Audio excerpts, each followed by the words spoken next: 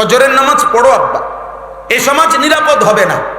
92% মুসলমানের বাংলাদেশে 3 লক্ষ মসজিদ থেকে 3 লাখ মসজিদ থেকে যেই বাংলাদেশে প্রতিদিন আজান হয়, 92 চাইতে বেশি পার্সেন্ট মুসলমান যে বাংলাদেশে, এত পীর বুজুর্গের দেশ যেই বাংলাদেশ, এত পাঞ্জাবি টুপিওয়ালা, সেই দেশে যদি 8 বছরের কন্যা ধর্ষিতা হয়, 8 বছরের মেয়ের কল্লা যদি শরীর থেকে 2 টুকরা হয়ে যায়, এই 8 বছরের মেয়েটা মনে রাখো আল্লাহর কাছে গিয়া বলবে, মাওলা আমি বাংলাদেশ থেকে আসছি। আপনার যেই দেশে 92 চাইতে বেশি মুসলমান, 3 লক্ষের চাইতে বেশি দেশ মসজিদে যেই দেশে আজান হয়, সেই দেশে 8 বছরের কন্যা আমি ইজ্জত বাঁচাইতে পারি না। আমি 8 বছর বয়সে 2 টুকরা হইয়া আমারে টুকরা করে ফেলছে, মাওলা আমি এর বিচার চাই। তখন তোমরা এই পরিমাণ যুবক বলো আমরা বেঁচে থেকে আর লাভ কি হলো? আমাদের ছোট বোনের নিরাপত্তা কোথায়? আমাদের ছোট বাচ্চার নিরাপত্তা কোথায়? আমাদের ঘরে, আমাদের সমাজে, আমাদের ভাই, তোমাদেরও তো ছোট ছোট বোন আছে না? কথা বলে না ভাই? তো তোমার বন্ধু নামের যেই শয়তানটা 24 ঘন্টা উলঙ্গ ছবি দেখে, যে তোমার বন্ধু, ওই বন্ধু সে বুঝি তোমার বন্ধু? এমন বন্ধুর সাথে চলে ফিরে তোমার কিংবা তোমার পরিবারের ইজ্জতের গ্যারান্টি কোথায়? হ্যাঁ বলো না ভাইয়া? এবং সহজ কথা হলো, 14 বছর, 18 বছর, 20 বয়সের তোমরা যারা ছেলে, তো তোমাদের সমবয়সী বোন, কন্যা এই বয়সে এই জায়গায় এই সমাজে বড় হইতেছে, মেয়েরাও, তো তোমরা যদি দিবানিশি চেষ্টা করো কোনো না কোনো ভাবে কোনো মেয়ের সাথে হারাম কোনো প্রেমের সম্পর্ক করবে, অবৈধ কোনো সম্পর্ক করতে, কারণ অশ্লীলতার বেহায়াপনা দেখে তোমার আখলাক যদি হয় এটা, তো আগামী 10 বছর পরে, 20 বছর, 15 বছর পরে আল্লাহ চাহে তো তোমরা যখন বিয়ে করতে চাইবে, তখন পবিত্র নারী কোথায় পাবে? চরিত্রবান মেয়ে বিবাহের জন্য কোথায় মিলবে আব্বা? আসমান থেকে পড়বে? বলো না? প্রিয় ভাই, দয়া করে খোলামেলা বললাম, মোবাইলের নর্তকী, রাস্তার বেপর্দা নারী, ক্ষণিকের হারাম প্রেমিকা আর বিবাহিত স্ত্রী এক কথা না। একজন ছেলেও যদি বুঝো তো মনে রেখো,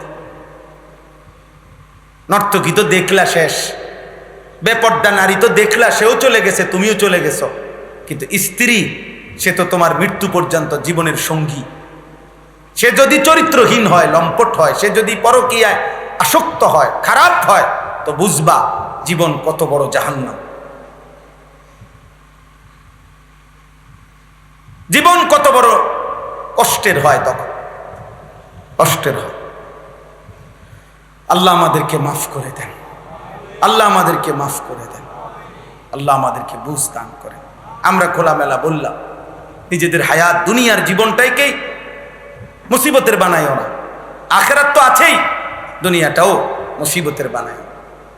সর্বশেষ কথা হইল, চলেন এই রাত গভীরে আমরা আমাদের ভুল, গুনাহ, পাপ, অপরাধ এগুলা স্বীকার করে আল্লাহর কাছে তওবা করি।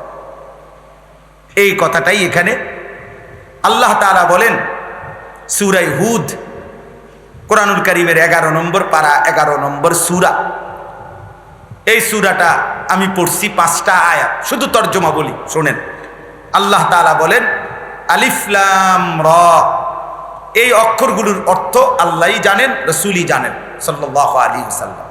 এগুলোর অর্থ আল্লাহ এবং রাসূল ভিন্ন, প্রকৃত অর্থ আর কেউ জানে না, ইচ্ছা করেই আল্লাহ জানান নাই, যেন কোরআনের মুজিজা বাকি থাকে কিয়ামত পর্যন্ত, যে কোরআন আল্লাহর কালাম, অতএব আল্লাহ বলে নাই, রাসূল বলে নাই।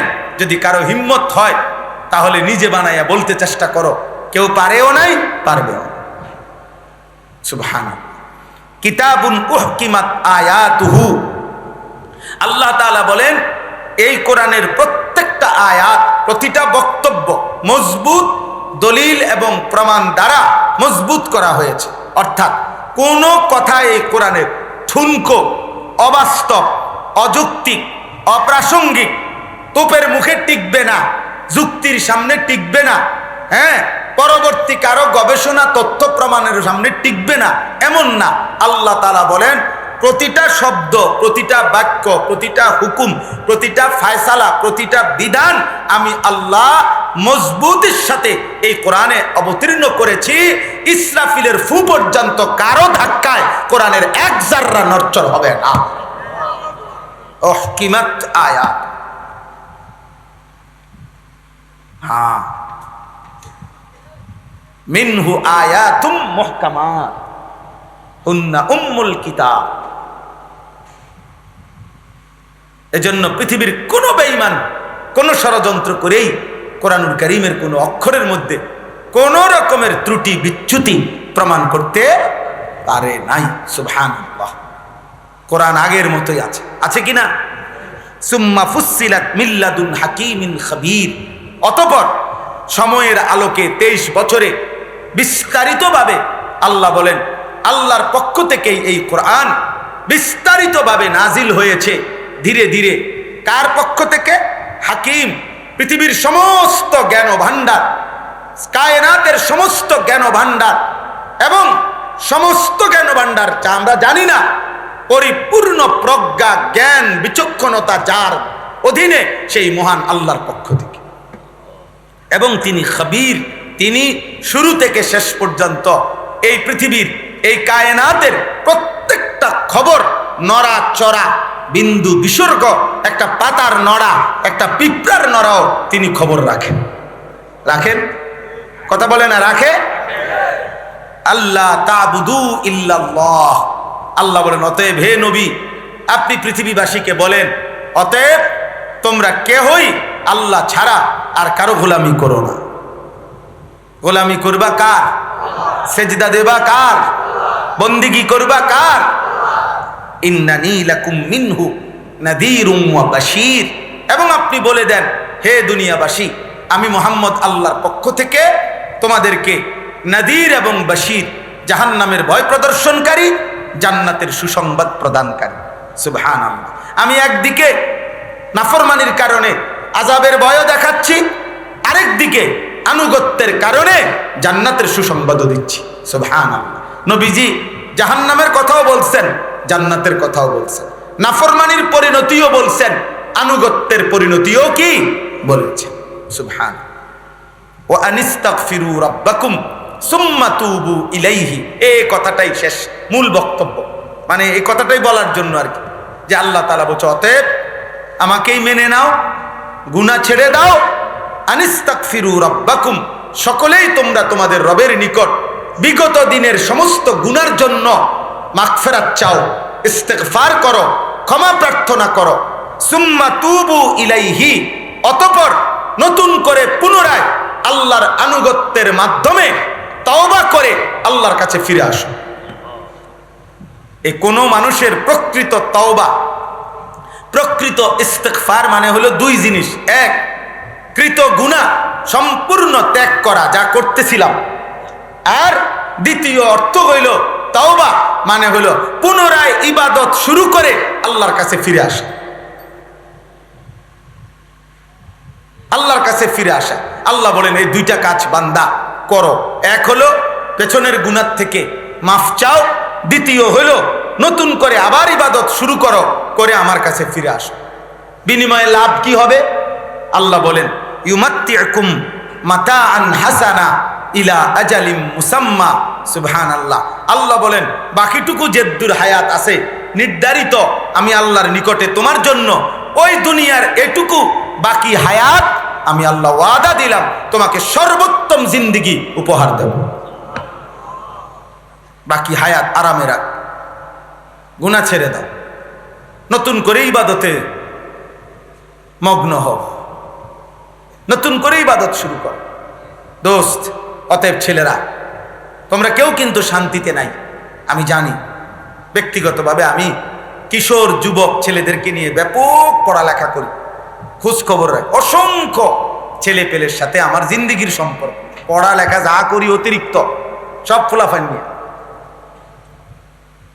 হ্যাঁ, দুই জিনিস আমার মূল ফিকির। এক হলো ফজরের মুসল্লি বাড়ানোর চেষ্টা করি। সারা দেশে আলহামদুলিল্লাহ আমরা ফজর ক্যাম্পেইনের কাজ করি। সারা বাংলাদেশে তোমরা মনে করো না সব দুষ্টে ভরে গেছে, না আব্বা, আলহামদুলিল্লাহ সারা বাংলাদেশে এখন হাজার হাজার লাখো যুবক কিশোর আছে যারা ফজরের নামাজ মসজিদের জামাতে পড়ে।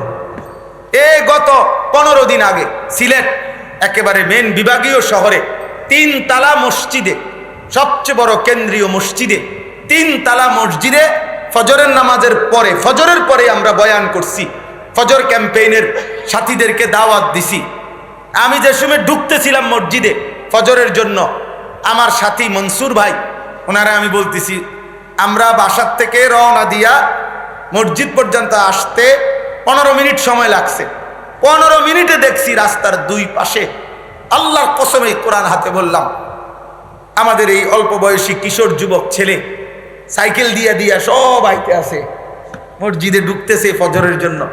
আমি বললাম, মনসুর ভাই হতে পারে আপনি দেরি করে লাইছেন, আমরা আজকে হয়তো গিয়া মেন তালায় ফজরের জামাতের জন্য আমরাও হয়তো জায়গা পাবো না। খুদার কসম, দোতলায় ইমাম দাঁড়ায় যেখানে, ওই তালায় সামনে গিয়েই মুয়াজ্জিন দাঁড়াইয়া বলতেছে, হুজুর এই তালায় কোনোভাবেই দাঁড়ানোর জায়গা নেই।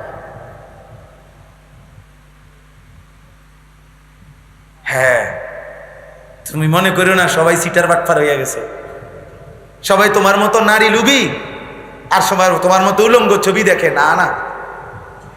এখনো লক্ষ হাজারো স্কুল কলেজ ইউনিভার্সিটির যুবক আছে যারা প্রতিদিন 5 ওয়াক্ত নামাজ না, শুধু তাহাজ্জুদের সেজদায় আল্লাহর কাছে কাঁদে। হ্যাঁ, আমরা হতাশ না, হতাশ হইলেও ওয়াজে করলাম, নইলে হতাশা না, আমি হতাশ না। এই এত ছেলে তোমরা এত রাত্রে শুনতে আসছো, তো এটা কি হতাশা? বলেন না এটা হতাশা? এটা না, না, ইনশাআল্লাহ আমাদের সন্তানরা আগাবে, এরাই আমাদের সন্তান, এরাই আমাদের ছোট ভাই। আল্লাহ তোমাদেরকে কবুল করে না। এজন্য এক দোস্ত আরেক দোস্তরে ফজরের জন্য ডাকো, নিয়ত করো যে ফজরের নামাজ পড়বো ইনশাআল্লাহ। ফজরের নামাজে পার্থক্য হয় মুমিন না মুনাফিক, কসম আল্লাহ, নবীজি বলছে একজন মানুষ মুসলমান না মুনাফিক, এটা পার্থক্য হয় কোন নামাজে? ফজর, ফজর, ফজর, ফজর, ফজরের নামাজ। আর দ্বিতীয় মেহনত হইল আমার স্বপ্ন আশা যে সারা বাংলাদেশের স্কুল কলেজ ইউনিভার্সিটি সহ জেনারেল ছেলেরা যার যার পড়ালেখা করবে, যে যেখানে পড়ুক কোনো আপত্তি নাই, কিন্তু যেটুকু সময় তার বছরের যে কোনো দিন যেটুকু সময় হয় এটুকু সময় দিন শিখবে। কখনো 3 দিন, কখনো 1 দিন, কখনো 3 ঘন্টা, কখনো 30 ঘন্টা, যার যখন সময় হয় দিন শিখবে। স্কুলে পড়ুক, কলেজে পড়ুক, ইউনিভার্সিটি পড়ুক, কোনো মানা নাই।